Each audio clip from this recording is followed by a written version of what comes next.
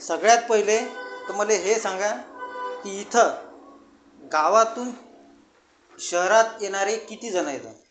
मी शिरपूरचा. बापरे, लय जण येतात. म्हणजे 50%च्या वरती तर गावातलेच येतं इथं. तुम्ही मग सगळे गावातून फक्त शिक्षणासाठी, नोकरीसाठी, याच्यासाठी आलेले आहेत ना? हो. जमलं. मग आपला एपिसोड एकदम सक्सेसफुल होईल. आता तुम्ही म्हणाल कसं? तर भाऊ, आज जे मी सांगणार आहे, जे माझा एक्सपिरियन्स आहे गावातून शहरात आल्याच्या नंतरचा, जे माझा एक्सपिरियन्स आहे ते तुम्हाला एक्सपिरियन्स आलाच असेल. कारण तुम्ही गावातून इथं आले, 100% तुम्हाला ते एक्सपिरियन्स आलाच असेल.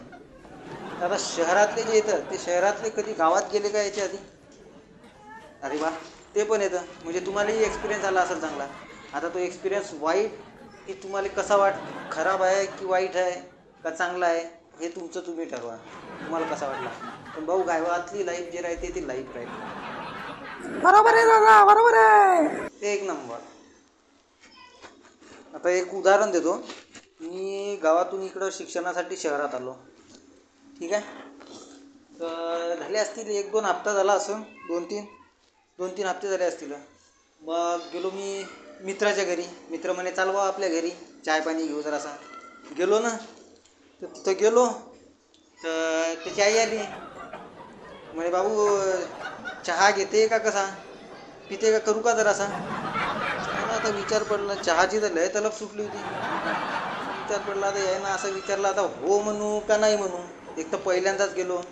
चला हो म्हटलं तर बेइज्जती तर नाही होणार असं वाटलं. म्हटलं हो तर जरासा करून घ्या, कारण तलब सुटली होती, काय करणार आहे. आणि बाहेर शिक्षणासाठी आलेल्या पोरायचं कसं राहते, जिथं भेटलं तिथं खायचं भाऊ, तेवढाच पैसा असतो. अशी सिस्टीम होती आपली. म्हणजे लग्नात जा, कोणाचंही लग्न असो, चाललं जायचं तिथं. तुम्ही काय म्हणता, कॉलेजला येईल बरोबर. तुमच्यापैकी पण भरपूर लोक गेले असतील बरोबर आहे. तर मग चहा केला. 15-20 म्हणजे अर्धा तास झाला असं समजा. डबल आई आली. नाश्ता गिष्टा करू का म्हणे, जरासा खाशील का? तर भूक तर मरणाची लागली होती. आता विचारलं तर असं की नाश्ता गिष्टा करू का बा, आता हो म्हणू का नाही म्हणू. तर आलं पहिले चहाच्या वेळेस तर हो म्हटलं, आता डबल हो म्हटलं तर बेइज्जती होऊन जाईल आपली. बरं, तुम्ही एक्सपिरियन्स केला असेल असं आहे. तर म्हटलं नाही काकू राहू द्या, काही भूक नाही म्हटलं तुम्ही. बरं ठीक आहे म्हणे. म्हटलं गेला नाश्ता बा, बसलो आलो. आता हीच गोष्ट तुम्ही गावात अनुभवली का? गावात कोणीही जा, म्हणजे पाहुणं कोणाच्या घरी जा तुम्ही, बसल्या सगळ्यात पहिले म्हणजे त्याच्या घरी राहू, म्हणजे एकदम गरीब जरी राहिले तरी सगळ्यात पहिले तुम्हाला चहा आणून देते. एकदम बरोबर भाऊ. म्हणजे तुम्ही म्हणायच्या पहिलेच बसले की लगे पाणी, नंतर डायरेक्ट चहा हातात येईल. विचारायचं काम नाही की पाहिजे का नाही पाहिजे. बरोबर ना? एकदम बरोबर. आणि ते पण फुल ग्लास भरेल, म्हणजे जे सिंगल राहते फुल भरेल. शहरातला कसा चहा आणला त्या आणला, दिसायला तर कप मोठा राहते, असं वाटतं की बस आता दिवस भरायचा आपल्याला एकदाच भेटला. पण जेव्हा कपात वाकून पाहिजे माणूस तर जरासा फुसकं काम होऊन जाते. गावात तसं नाही, एकदम फुल तासन तास भरेल. तर सगळ्यात पहिले चहा आला तुझा, मग लगेच 15-20 मिनटं, एक अर्धा तास झाला की लगेच घरातली बाई जे ते डायरेक्ट जेवायला घेऊन येते. बसा पाहुणे, म्हणजे विचारायचंच काम नाही नाश्ता करू का काय, नाश्ता बिष्टा काय नाही, डायरेक्ट जेवण. एक नंबर केली दादा, एक नंबर. नसो खाणंच आहे भाऊ गावात गेल्यावर. ती गावाकडची कशी एक आपुलकी राहते प्रत्येकाबद्दल. आणि शहरात कसं, आता मीच फ्लॅटमध्ये राहतो, तुम्ही पण राहत असाल रूम करून.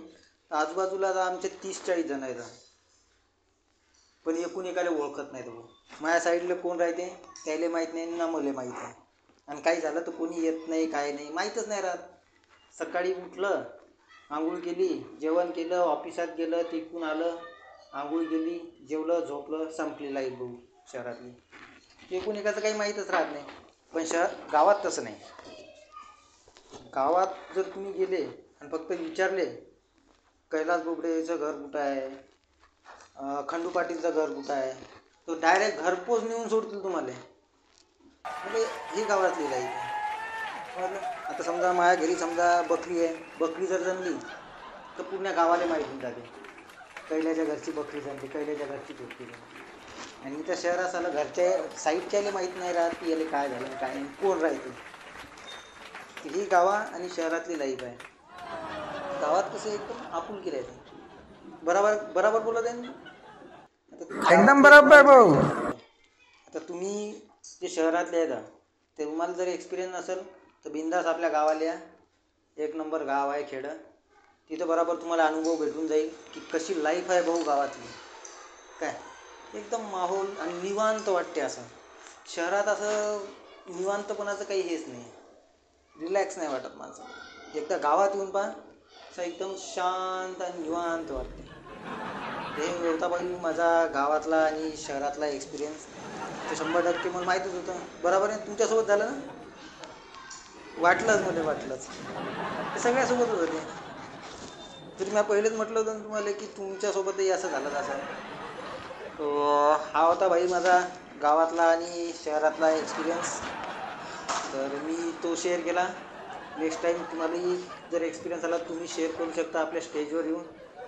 तर आजच्या एपिसोडमध्ये एवढंच. धन्यवाद. भेटू नेक्स्ट एपिसोडमध्ये.